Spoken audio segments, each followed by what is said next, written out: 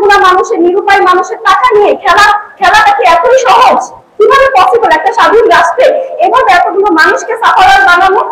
তাহলে তো এই দেশ এখনো দুর্নীতিগ্রস্ত রয়েছে। আমরা যদি 1 মাসের মধ্যে একটা দুর্নীতিগ্রস্ত সরকারকে সরাতে পারি, তাহলে আমরা এটা আশা রাখছি আমরা 1 মাসের মধ্যে আমরা একটা দুর্নীতিগ্রস্ত কোম্পানিকেও সরাতে পারবো, সরিয়ে আমরা আমাদের অধিকার আদায় করতে পারবো। দরকার হলে আমরা প্রতিদিন এখানে জড়ো হবো, আমরা আমাদের অধিকার আদায় না করা পর্যন্ত আমরা না। আমরা প্রশাসনের কাছে, সর্বোচ্চ প্রশাসন যে আমাদের এই প্রবলেমটা সমাধান দিতে পারবে, আমরা তাদের নজরে এই প্রবলেমটা নিয়ে যাব। এই জন্য সবাইকে সংঘবদ্ধ হওয়ার জন্য আমার আকুল আবেদন, আমাদের সবার কষ্টের টাকা আমরা নানাভাবে নির্যাতিত হচ্ছি, আমাদের অসহায়ের কথা বর্ণনাতীত হয়ে গিয়েছে। সবার সংঘবদ্ধতা আমি কামনা করছি। আশা করছি আপনারা আমার নিজেদেরকে আমাদের জায়গা একটু বিবেচনা করে দেখুন আমরা কতটা অসহায়। আমরা কার কাছে বিচার যাবো? সরকারের কাছে আমার এটাই আবেদন, ডমিনো কোম্পানির যে সালাম সাহেব মালিক রয়েছে তাকে দ্রুত আইনের আওতায় আনা হোক। সে কি এতটাই দুর্নীতিগ্রস্ত, এতটাই পাওয়ারফুল যে আইনও তার কাছে কিছু না, আইনও তার কাছে মাথা নত করে থাকবে? এটা কোন দেশে পাচ্ছি আমরা? এটা কেমন বাংলাদেশ? এই তো 1 মাস আগে আমরা বাংলাদেশকে স্বাধীন করেছি, যেটা আমরা বলছি দ্বিতীয় স্বাধীনতা, দুর্নীতিগ্রস্ত সরকারকে আমরা সরিয়েছি।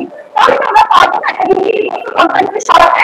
আমাদেরকে বলা হয়েছে 3 মাসের মধ্যে আমাদেরকে ফ্ল্যাট বুঝিয়ে দেওয়া হবে। সেই প্রতিশ্রুতিতে ফ্ল্যাট কেনার সময় 80% টাকা তাদেরকে পরিশোধ করেছি। আজকে এখানে 6 বছর পার হয়ে গিয়েছে, ফ্ল্যাটে 1% কাজও হয়নি। আমরা যেরকম ফ্ল্যাট দেখে নিয়েছি, কিনেছি, সেরকমই ফ্ল্যাট আছে, 1% কাজ হয়নি, অথচ আমাদের থেকে 80% টাকা নিয়ে নেওয়া হয়েছে। আমার বাবা একজন সরকারি চাকরিজীবী, তার কিছুদিন পরে তার চাকরির মেয়াদ শেষ হয়ে যাবে, সে অবসরপ্রাপ্ত হয়ে যাবে।